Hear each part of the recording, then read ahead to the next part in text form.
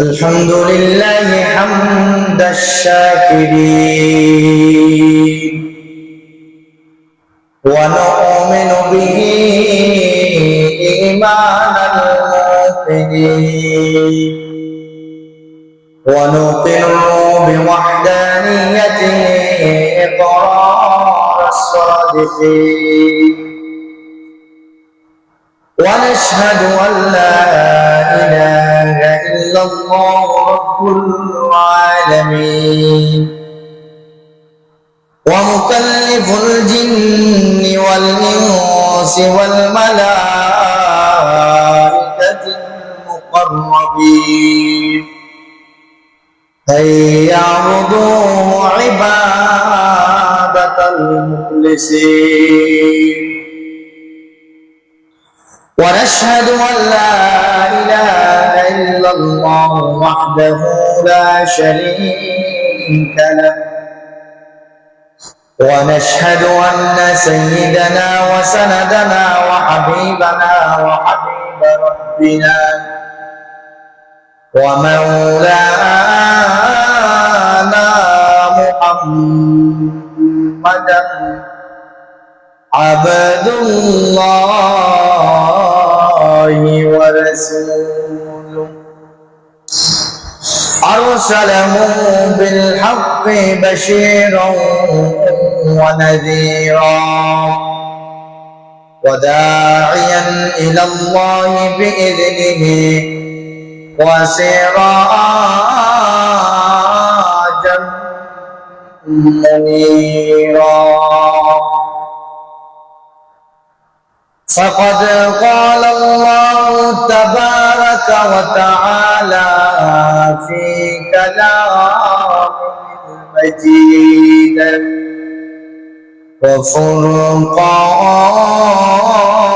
وفرقانه الحميد أعوذ بالله من الشيطان الرجيم بسم الله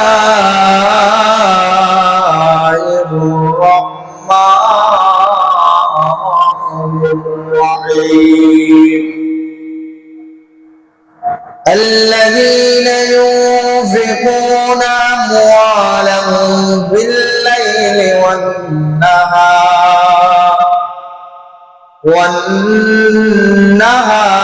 سرا وعلانية فلهم أجرهم عند ربهم ولا خوف عليهم ولا هم يحزنون صدق الله العظيم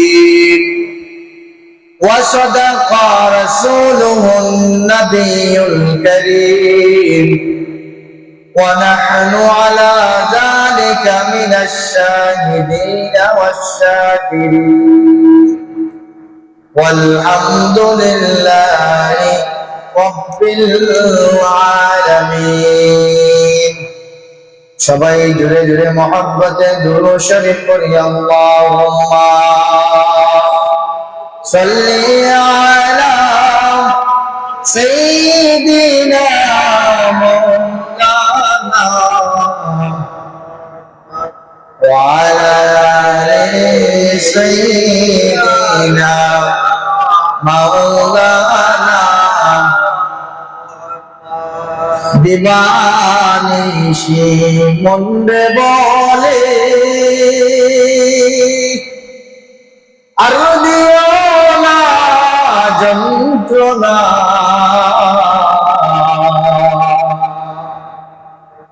ধনে যদি হইতাম ধনী যাইতাম সোনার মদিনা আল্লাহ দিলে মোহাম্মতে বলি ভাই মোহাম্মতে সাইয়্যিদিনা মাওলানা ওয়া আলা আলি সাইয়্যিদিনা মাওলানা এ দুনিয়া পড়ে থাকবে, আমরা একদিন থাকব না। ছোঁয়ায় আমাদের বলে যাইবে, দয়াল নবীজি ভুলবেন না। আল্লাহ দিলে ভাই মহাব্বতে করে, মহাব্বতে সাইয়্যিদিনা মাওলানা ওয়ালা আলিহি মাওলানা বালাগাল উলা বিকামালিহি وجبت خدا حسنت جميع خصاله صلوا عليه रहे मेरा मस्कन हवाले काबा, बने मेरा मदफन दियार मदीना वलगल उला बिकमालिही अजबत तुजा बिजमाल हसनत जमीओ बिसालिही सल्लु अलैहि ला इलाहा मोहब्बत ला इलाहा जुड़े ला इलाहा ला इलाहा ला इलाहा इल्लल्लाह ला इलाहा जीना बाबका या दैयन मुर्क़द यम्मिन कल्सान जीना बाबका या दैयन मुर्क़द यम्मिन कल्सान वग़फ़िर वरहम या रहमान वग़फ़िर वरहम या रहमान या अन्नान या मन्नान ला इलाहा इल्लल्लाह ला इलाहा इल्लल्लाह ला इलाहा ला इलाहा ला इलाहा अल्लाह अल्लाह अल्लाह अल्लाह अल्लाह अल्लाह अल्लाह अल्लाह अल्लाह अल्लाह अल्लाह अल्लाह अल्लाह जुड़े जुड़े अल्लाह अल्लाह अल्लाह अल्लाह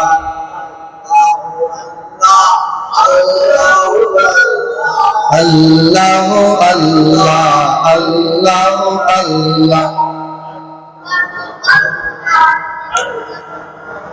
ला इलाहा इल्लल्लाह मुहम्मदुर রাসূলুল্লাহ। সকলে জুড়ে বলি সাল্লাল্লাহু আলাইহি ওয়াসাল্লাম। আলহামদুলিল্লাহ, সর্বপ্রথম আমরা শুকরিয়া আদায় করি ওই মালিকের দরবারে, যিনি আপনাদেরকে আমাকে ওনার ঘর মসজিদে আসার মতো, বসার মতো, জুমার নামাজ আদায় করার মতো তৌফিক দান করেছেন। এজন্য শুকরিয়া আদায় করি আলহামদুলিল্লাহ। অসংখ্য অগণিত দুরূদ এবং সালাম পৌঁছাইয়া দেই আকায়ে নামদার তাজদারে মদিনা জনাবে মুহাম্মদুর রাসূলুল্লাহ সাল্লাল্লাহু আলাইহি ওয়াসাল্লাম। আপনারা সবাই কেমন আছেন? আপনারা যদি বলেন ভালো আছি, তাহলে আমার আল্লাহ আপনাদের উপরে খুশি হবেন, বলেন আলহামদুলিল্লাহ। আর যদি বলেন ভালো নাই, তাহলে আমার আল্লাহ আপনাদের উপরে বেজার হয়ে যাবে। কারণ বাড়ি থেকে বের হয়ে রাস্তা হাঁটতে হাঁটতে আপনি মসজিদ পর্যন্ত আসছেন, নিশ্চয় আপনি ভালো আছেন বিদায় মসজিদে আইছেন। যদি আপনি ভালো থাকতেন না তাহলে মসজিদ পর্যন্ত আসতে পারতেন না। তো আমরা ভালো আছি না খারাপ? ভালো ভালো আছি আলহামদুলিল্লাহ। সদকা করলে সদকা কমে না বাড়ে? বাড়ে। আমরা সব সময় শুনতে পারতাম সদকা তো তারাদ্দুল বেলা বলা, সদকা করলে বালা মুসিবত দূর হয়। কি হয়? বালা মুসিবত দূর হয়। আসুন আজকে আমরা ধাপে ধাপে ধাপে ধাপে আলোচনাটা একটু বুঝি, কিভাবে সদকা করলে কতটুকু নেকি হবে, কতটুকু সওয়াব হবে, কতটুকু ফায়দা হবে। এই সদকার দ্বারা আমরা কোথায় যাব এগুলো জানার দরকার আছে না নাই? যদি জানার দরকার থাকে তাহলে সংক্ষিপ্ত সময় কিন্তু বেশি না, আলোচনাগুলো মন দিয়ে শুনবেন। যদি মন দিয়ে শুনতে পারেন তাহলে আশা করা যায় এই আলোচনার দ্বারা ফায়দা হবে। আর যদি মন দিয়ে শুনেন না তাহলে আপনার এই আলোচনাগুলো শুনে কোনো ফায়দা হবে না। মন দিয়ে শুনতে হবে। কি দিয়ে শুনতে হবে? মন দিয়ে শুনতে হবে আলোচনা। আল্লাহ রাব্বুল আলামিন কুরআনুল কারীমের 3 নম্বর পারার মধ্যে বলতেছেন, আল্লাযীনা ইউনফিকুনা আমওয়ালাহুম বিল-লাইলি ওয়ান-নাহারি সিররান ওয়া আলানিয়াতান ফালাহুম আজরুহুম ইনদা রাব্বিহিম ওয়ালা খাউফুন আলাইহিম ওয়ালা হুম ইয়াহজানুন। অনেক জ্ঞানী গুণী মানুষেরা এই মজলিসের মধ্যে বসা আছে, অনেক মুরব্বীরা এই মজলিসের মধ্যে বসা আছে। আল্লাহ রাব্বুল আলামিন বয়স্ক মানুষদেরকে বড় ভালোবাসেন। জোরে বলি আলহামদুলিল্লাহ। কেন ভালোবাসেন? ওই বয়স্ক মানুষেরা কত ইবাদত আল্লাহর দরবারে করতেছে, সুবহান। সারাটা জীবন পার করে দিতেছে আল্লাহর কাছে, সুবহানাল্লাহ। ফেরেশতারা এই দাড়ি পাকা মুরব্বীদেরকে অনেক ভালোবাসেন। বলবেন কেন? ওই মুরব্বীরা কত ইবাদত বন্দেগী করে, সুবহানাল্লাহ। আশা করা যায় আমার এই আয়াতগুলো আপনারা বুঝতে পারবেন ইনশাআল্লাহ। কথাগুলো কি ক্লিয়ার শোনা যাচ্ছে? শুনতে পারতেছেন? আল্লাহ রাব্বুল আলামিন বলেন, আল্লাযীনা ইউনফিকুনা আমওয়ালাহুম, যারা দান সদকা করে। কি করে? দান সদকা করে। বিল-লাইলি ওয়ান-নাহারি, রাত্রের বেলা দিনের বেলা। বলেন, আমার আলোচনা থেকে শিখতে হবে। কি করতে হবে? শিখতে হবে। বিল-লাইলি ওয়ান-নাহারি, রাত্রের বেলা দিনের বেলা। কোন বেলা? রাত্রের বেলা দিনের বেলা। সিররান ওয়া আলানিয়াতান ফালাহুম আজরুহুম, প্রকাশ্যে গোপনে। প্রকাশ্যে গোপনে। কথাগুলো বুঝতে পারতেছেন?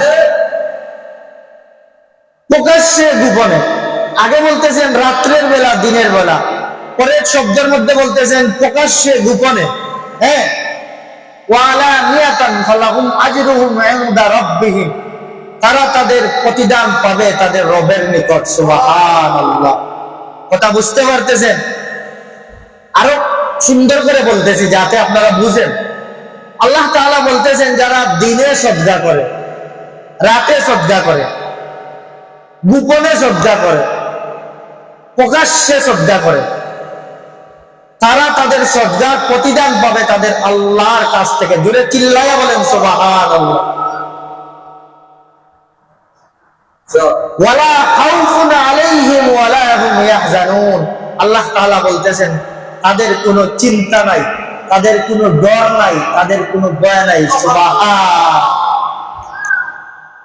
দুনিয়াতেও তাদের কোনো চিন্তা নাই, ডর নাই, ভয় নাই। আখিরাতেও তাদের কোনো চিন্তা নাই, ডর নাই, ভয় নাই। সুবহান। এই আয়াত দ্বারা কি বুঝতে পারলেন? যারা সদকা করে প্রকাশ্যে গোপনে, দিনের বেলা রাতের বেলা, তাদের প্রতিদান দিবেন কে? জোরে বলেন কে? আল্লাহ। তারপরে শেষ না, তারপরে বলতেছেন ওয়ালা খাউফুন আলাইহিম ওয়ালা হুম ইয়াহজানুন, বলতেছেন তাদের কোনো চিন্তা নাই, তাদের ভয় নাই। তারা যেন ভয় না পায়, কারণ সদকা করতেছে একমাত্র আমি আল্লাহর রাস্তায়। চিল্লায়া বলেন সুবহানাল্লাহ। সদকা কার রাস্তায় করতেছে? আল্লাহর রাস্তায় সদকা করতেছে। সদকা করলে কি বাড়ে? সম্মান বাড়ে। কি বাড়ে? সম্মান বাড়ে। বান্দা আল্লাহর সন্তুষ্টি লাভ করতে পারে। কি করতে পারে? আল্লাহ তাআলা সন্তুষ্টি লাভ করতে পারে। কি করতে পারে? সন্তুষ্টি লাভ করতে পারে। জান্নাতের টিকিট পাওয়া যায়। জান্নাতের টিকিট পাওয়া যায়। জাহান্নাম থেকে বাঁচা যায়। চিল্লায়া বলেন সুবহান। কয়টা জিনিস? চারটা। কয়টা? প্রথম নম্বরে হলো সম্মান বাড়ে। কি বাড়ে? সম্মান বাড়ে, রিজিক বাড়ে। কি বাড়ে? সম্মান বাড়ে, রিজিক বাড়ে। তারপরে আল্লাহর সন্তুষ্টি লাভ করা যায়। কি করা যায়? সন্তুষ্টি লাভ করা যায়। তারপরে জান্নাতের টিকিট পাওয়া যায়। জান্নাতের টিকিট পাওয়া যায়। জাহান্নাম থেকে মুক্তি পাওয়া যায়। সুবহানাল্লাহ। সদকা করার দরকার আছে না নাই? সদকাটা আল্লাহর রাস্তায় হওয়ার দরকার কি দরকার না? দরকার। এখন তো আমরা সদকা করতে চাই না। যাদের সম্পদ আছে, টাকা আছে, পয়সা আছে, সদকা করতে চায়। আপনার মা বাবা মারা গেছেন, আপনি যদি পারেন নিজে জিয়ারত করেন, দোয়া করেন। যদি তাও পারেন না, মসজিদের একজন হুজুর নিয়ে যান, হুজুরে নিয়ে জিয়ারত করান, দোয়া করান। পারলে কিছু হাদিয়া দেন, না পারলে চা খাওয়ান, না পারলে মুখ দিয়ে হুজুর দোয়া করবেন। দোয়াই তো দোয়া, দোয়াই তো দোয়া। সদকা করতে চায় না। মা বাবার কবরের পাশে যেতেও চায় না। এমন বান্দা আছে না ভাই? মসজিদ মাদ্রাসায় সদকা করতে চায় না। তার টাকা আছে, পয়সা আছে, কোনো কিছুর অভাব নাই, কিন্তু সদকা করতে চায় না। এমনও মানুষ আছে না নাই? আছে না নাই? আসুন আমরা ধীরে ধীরে ধীরে ধীরে আলোচনাগুলো বুঝি।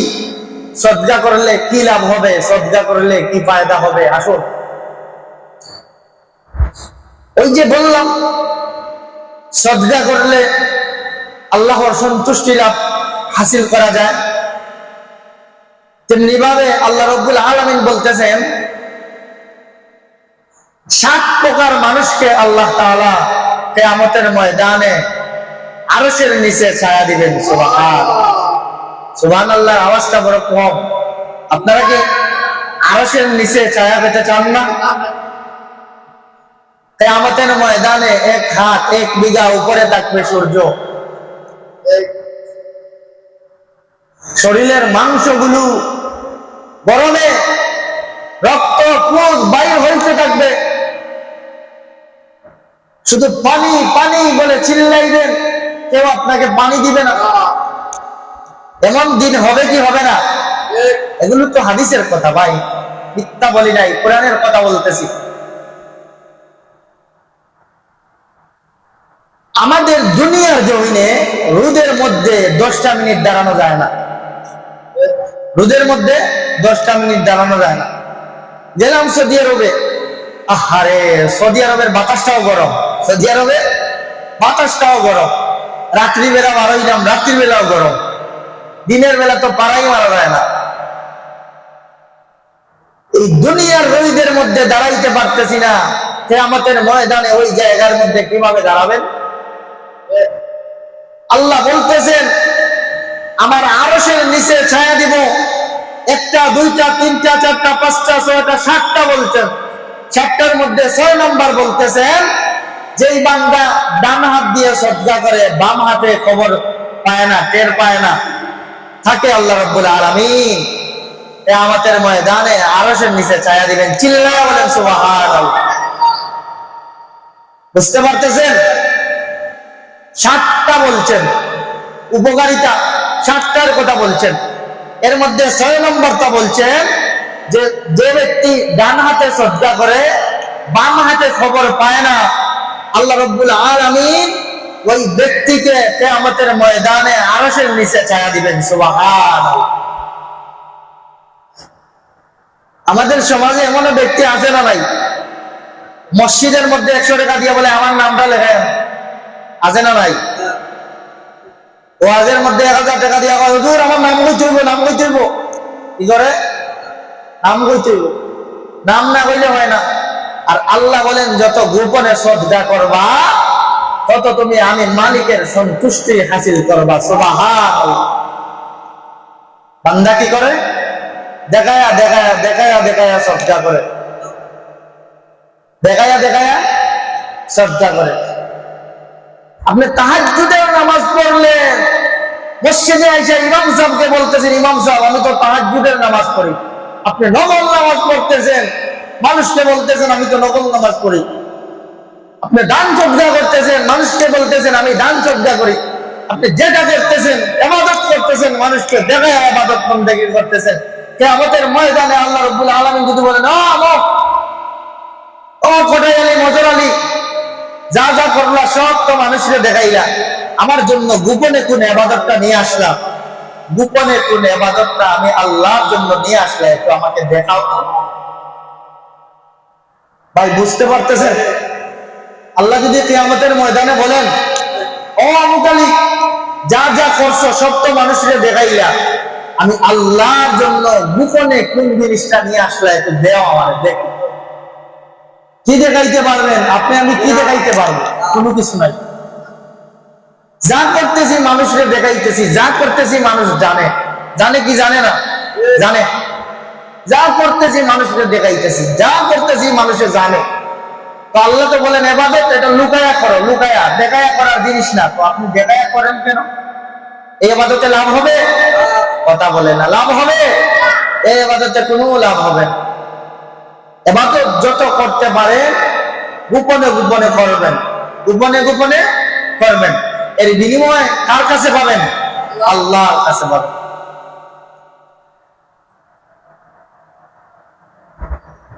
আমার আপনার নবী ইমামুল মুরসালিন খাতামুন নবিয়্যিন, নবীজি সাহাবায়ে কেরামদেরকে বলতেছেন ও সাহাবায়ে কেরামরা কার কাছে কি আছে নিয়ে আসো। তখন যুদ্ধ সময় ছিল, নবীজি বললেন সাহাবায়ে কেরামরা কার কাছে কি আছে নিয়ে আসো, দেখি কে কতটুকু সদকা করতে পারো, আল্লাহর রাস্তায় নিয়ে আসো। ওমর ফারুক রাদিয়াল্লাহু তাআলা বললেন আমি এইবার এমন ভাবে সদকা করব যাতে আবু বকরের চাইতে বেশি করতে পারি। সুবহানাল্লাহ বলেন। আমি এমন ভাবে সদকা করব, এত বেশি সদকা নিয়ে যাব যাতে আবু বকরের চাইতে আরো বেশি দিতে পারি। ওমর ফারুক রাদিয়াল্লাহু তাআলা নবীজির কাছে অর্ধেক সম্পত্তি নিয়ে গেলেন, নিয়ে বললেন ইয়া রাসূলুল্লাহ ইয়া হাবিবাল্লাহ, ওগো নবীজি এইগুলো আমি আল্লাহর রাস্তায় দিতে চাই, এই সম্পদগুলো আমি নিয়ে আসলাম।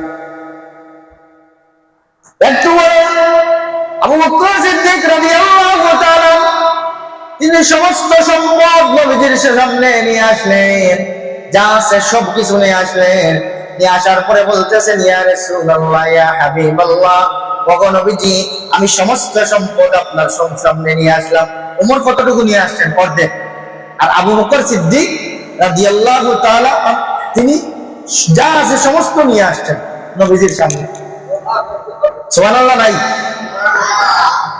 নবীজি বলতেছেন আবু বকর সমস্ত সম্পদ তুমি আমার সামনে নিয়ে আসলা, তুমি তোমার বিবির জন্য, বাচ্চার জন্য, তোমার পরিবারের জন্য কি রাখলা? ওমর ফারুক আবু বকর সিদ্দিক রাদিয়াল্লাহু তাআলা বলতেছেন ইয়া রাসূলুল্লাহ ইয়া হাবিবাল্লাহ, ওগো নবীজি আমি কোনো সম্পদ রাখি নাই, কোনো সম্পদ রাখি নাই, আমি আমার আল্লাহ এবং আল্লাহর রাসূলকে তাদের জন্য রেখেছি। সুবহানাল্লাহ বলেন। নবীজি কান্না করে বললেন, কান্না করার পরে বলতেছেন পুরো সম্পদে আমাকে উপকার করতে পারে না, একমাত্র আবু বকরের সম্পদ আমাকে যতটুকু উপকার করেছে। সুবহানাল্লাহ। আবু বকরের সম্পদ দ্বারা যতটুকু উপকার পেয়েছি আর কারো সম্পদ দ্বারা কোনোদিন কোনো উপকার পাই নাই। সুবহানাল্লাহ। যা আছে সব বিলীন করে দিছে। আরেকজন গরিব সাহাবী নবীজির কাছে গেলেন, গিয়ে বললেন, ইয়া রাসূলুল্লাহ, ইয়া হাবিবাল্লাহ, ও নবীজি, আমার কাছে তো কোনো টাকা নাই, মুদ্রা নাই, পয়সা নাই, আমার কাছে তো কোনো অর্থ সম্পদ নাই। ইয়া রাসূলুল্লাহ, ইয়া হাবিবাল্লাহ, ও নবীজি, আমার তো মন চায় টাকা দিতে, পয়সা দিতে, মুদ্রা দিতে, কিন্তু আমার কাছে তো কোনো কিছু নাই। এরকম গরিব মানুষ আমাদের সমাজে আছে না নাই? দিতে চায় কিন্তু তার কাছে সম্পদ নাই। মন আছে দেওয়ার মতো, মন আছে কিন্তু তার কাছে ধন নাই। আছে না নাই? আছে না নাই?